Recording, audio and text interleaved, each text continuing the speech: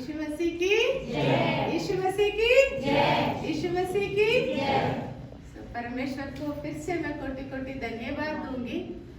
अभी मैं बहुत कुछ मन में आ रहा था कि हर हफ्ते ये मेरे साथ क्या हो रहा है, क्योंकि पिछले संडे जो थे जरूर सुना होगा कैसे एक लड़की का ऑलमोस्ट जान है या नहीं हमें पता नहीं चल रहा था, बट परमेश्वर ने बहुत बड़ा महत्व काम किया तो लड़की ठीक हुई।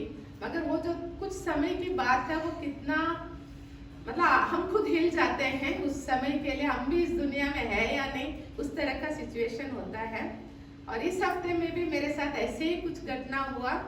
तो इसमें परमेश्वर की प्लान और टाइम एक दो चीज है। परमेश्वर ही हमारा हर चीज प्लान करता है। हो सकता है हम सुबह उठकर बहुत कुछ अपने आप प्लान करते हैं, मैं ये करूंगी मैं ये करूंगी, बट 90% होता नहीं है, होता है परमेश्वर का प्लान।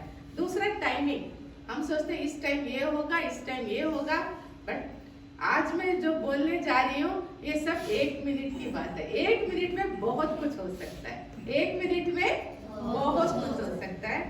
तो ऐसे ही दिन था, मेरे को गॉड की कृपा से आप सब जानते हैं कि हमारे चेन्नई में भी एक प्रोजेक्ट चलता है, वहाँ एक जरूरी मीटिंग था और मुझे जाना था।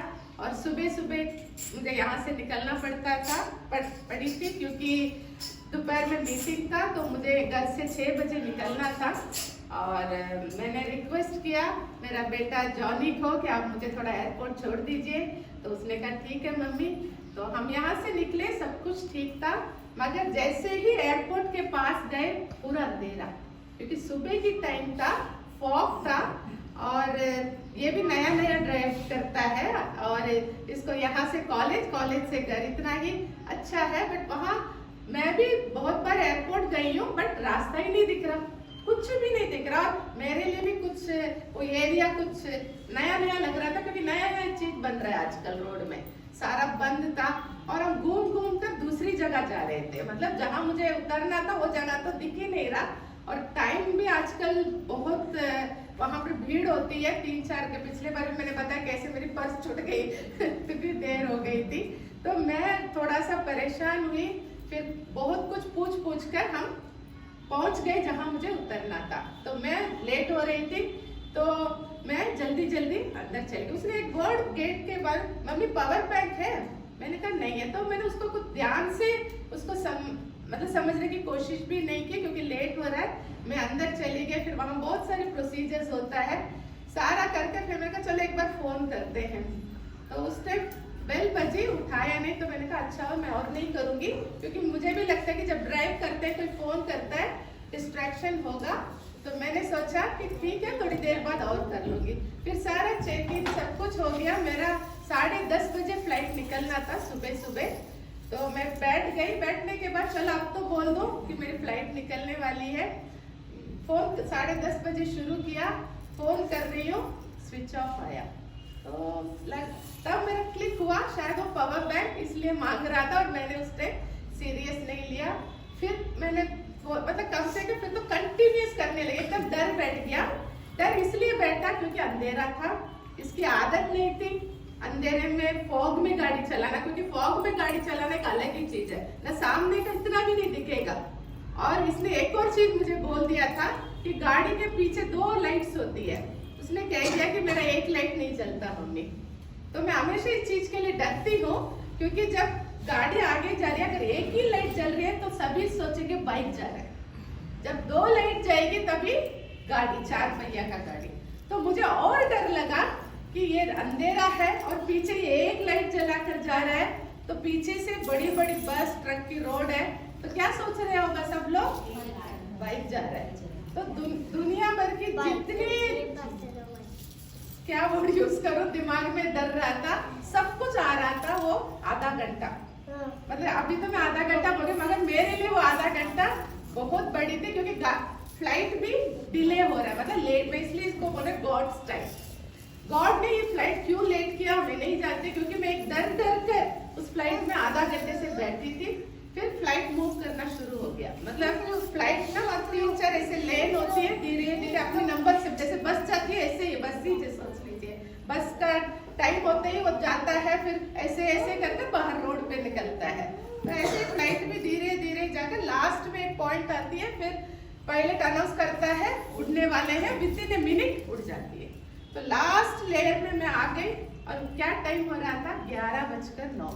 पसीना छूट रहा है, बहुत बार लगा कूद जाऊं फ्लाइट से, क्योंकि बेटा और मैं, हाँ इस बीच में सर को भी फोन किया, सर ने मेरे को नहीं पूछा, वैसे तो हमेशा पूछते हैं, बैठ गए ठीक है, जॉनी का सर का पहला वर्ड, जॉनी का क्या हुआ, स्विच ऑफ आया। तो जो डरा हुआ दिल और डर गया।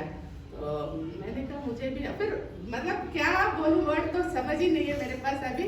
सर भी फिर हम लोग, मैंने कहा, उन्होंने फिर भी मुझे तसल्ली दी, आप मैंने कहा उतर जाओ, क्योंकि मेरे अंदर ये हिम्मत थी कि मैं पायलट को सबको जगह चिल्लाऊं कि मेरा कुछ नहीं हो रहा। उस बीच में और एक चीज भी मैंने कर दिया था, क्यों और डरी थी मैंने, इसलिए कॉलेज के प्रोफेसर को मैं अच्छी तरह जानती हूँ, जहाँ ये पढ़ता है, उनको भी मैंने कॉल किया, उनको भी मैसेज किया। उन्होंने कहा अच्छा मैं अभी देखी कि फुटबॉल खेलता है ज्यादा, तो उसने कहा कोई बात नहीं, मैं अभी पूछ कर बता देगा, क्योंकि मेरे को इसने बोला था आपको ड्रॉप करके मैं कॉलेज जाऊंगा। तो मैंने सोचा कि ठीक है, स्विच ऑफ हो गया, कॉलेज में पूछ लो, अगर वो फुटबॉल खेल रहे हैं मैं तसल्ली से उड़ जाऊं। बड़ी दुख की बात है, वो प्रोफेसर ने पता किया और बोला मैडम कॉलेज नहीं आया। तो आप समझ सकते हो वो समय, यहाँ चेट्टी सर कह रहे हैं कहाँ है जॉनी, वहाँ कॉलेज कह रहे हैं नहीं आया। अब 3 घंटा हो गया, क्योंकि 8 बजे के पहले मुझे उतार दिया। कितना बज रहा है, 11 बजे, और एयरपोर्ट से यहाँ तक 1 या 1.5 घंटे का रास्ता है। तो मेरे लिए ये समय लाइफ में वर्ड नहीं है बोलने का, बहुत तकलीफ हो रही थी। और फ्लाइट ऐसी चीज है, आप चाहे उतर नहीं सकते, बस से तो उतर जाओ कूद जाओ, फ्लाइट में से हम कूद नहीं सकते। और अगर मैं एक बार फ्लाइट उड़ गई तो 3 घंटा लगता है चेन्नई पहुंचने में। तो आप समझ रहे हो, 1 सेकंड मेरे लिए मुश्किल था, और मैं 3 घंटा ये तड़प तड़प कर जाती कि मेरा बेटा कहाँ है, कुछ तो पता नहीं। बट हालेलुया, जोर से हालेलुया, हालेलुया, हालेलुया। कितना बज रहा था, 11:09। कितना बज रहा था, और फ्लाइट बस 1 मिनट में उड़ने वाला है, 1 मिनट में उड़कर उड़ जाएगा। 11:09 पे मैंने फाइनली सर को एक मैसेज किया, क्योंकि तब तक सर ने सोच लिया था मैं 10:30 उड़ गए होंगे, सर का सोच था। बट 11:09 मैं जिंदगी में कभी नहीं भूलूंगी, मैंने सर को मैसेज किया, अब जॉनी का कुछ पता चला? सर लिख रहे हैं जॉनी ठीक से घर आ गया। क्या जॉनी ठीक से? Hallelujah, hallelujah, hallelujah. देखो 11:09 और कुछ सेकंड मैंने जल्दी से सर को फोन लगाया। मैंने कहा जॉनी का एक आवाज सुना दो मुझे। तो तुरंत जॉनी वहीं पर था, घर पर पहुंचा हुआ था, मुझे पता नहीं था। वो सर ने थोड़ा पहले बोल देते तो शायद वो थोड़ा मेरा तकलीफ कम होती, मगर गॉड का ये हमें मुझे महसूस करना था, गॉड कितने महान है। तो 11:09 मुझे पता चल रहा है बेटा कॉलेज गया नहीं, घर पर आ गया है। और 9:कुछ मैंने फटाफट सर को फोन किया, जॉनी आप ठीक हो? हाँ मम्मी ठीक हो, बाय बाय। मैं उड़ गई, मतलब सिर्फ 11:10 में कहा हूँ, आसमान पे हूँ। तो ये 1 मिनट मेरी लाइफ की एक टर्निंग पॉइंट थी, क्योंकि नहीं तो मैं 3 घंटा दुखी होकर बैठती। तो ये मैं परमेश्वर को कोटि कोटि धन्यवाद देती हूँ। तकलीफ आती है, परेशानी आती है, समझ नहीं आता क्या करें, बट परमेश्वर ने वो 1 मिनट में मेरी जिंदगी बदल दी। आप सोचते हो वो खुशी है ना, वो 1 मिनट में मैं एकदम बदल गई, तसल्ली हुई, अंदर से एक अच्छा फील हुआ। और मैं गॉड ग्रेस में ठीक ठाक चेन्नई पहुंची, और वहाँ की सारी मीटिंग्स अच्छा से हुआ, और मैं ठीक ठाक वापस आई। तो परमेश्वर को मैं कोटि कोटि धन्यवाद देती हूँ। और साथ में 2-3 और छोटी छोटी बात है मैं कहना चाहूंगी, क्योंकि आशादी फाउंडेशन का 25 तारीख स्पोर्ट्स डे था, और काफी कम समय था, पता नहीं हमारा बहुत, जनवरी में भी आपने देखा होगा, कभी एल्यूमिनी डे हो रहा है, कभी होम बच्चों के एल्यूमिनी डे, कभी हमारे स्किल ट्रेनिंग के एल्यूमिनी डे, कुछ नया प्रोजेक्ट लॉन्च हो रहा है।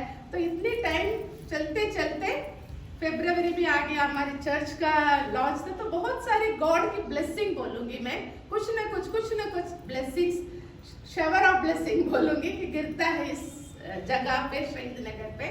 तो ये जो स्पोर्ट्स डे था बहुत स्पेशल है, क्योंकि हमारी संस्था में ममता अरोरा कर एक टीचर मतलब स्कूल चलाती हैं।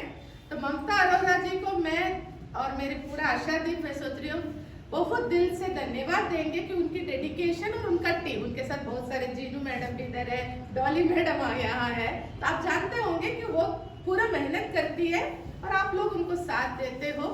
आजकल डॉली भी एंकरिंग अच्छा कर रहे हो, मैं मिलूंगी आपसे।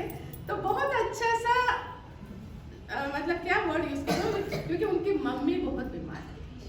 क्योंकि लाइफ में क्या है, कभी कभी हमें जिम्मेवारी तो मिलती है, मगर उसके साथ साथ जब घर में अपना कोई बीमार है, सिर्फ बीमार नहीं, लास्ट स्टेज, मतलब डॉक्टर ने ऑलरेडी जवाब दे चुके थे कि किसी भी वक्त आपकी मदर गॉड को प्यारी हो जाएगी। तो ये एक टेस्टिमनी इसलिए मैं दे रही हूँ कि एक तो ममता जी को उन्होंने इतनी हिम्मत दी, जहाँ मम्मी वहाँ लास्ट मिनट गिन रही है, और यहाँ पर एक टीचर या एक हेड ऑफ द स्कूल आकर स्पोर्ट्स डे करवाया। सच कहूँ, अगर ममता जी नहीं होती तो स्पोर्ट्स डे इतना अच्छा नहीं होता जितना अच्छा कल एक गेस्ट भी सारे थे। हमने न्यूज़लेटर रिलीज किया, बच्चों को मेडल दिया, सर्टिफिकेट दिया, कप्स दिया, मतलब ड्रिल बहुत अच्छी थी, जैसे जोकर ड्रिल और क्या प्रॉप ड्रिल, बॉल ड्रिल, और रेस हुआ था, रैबिट, मतलब कितना परफेक्ट ममता जी ने किया।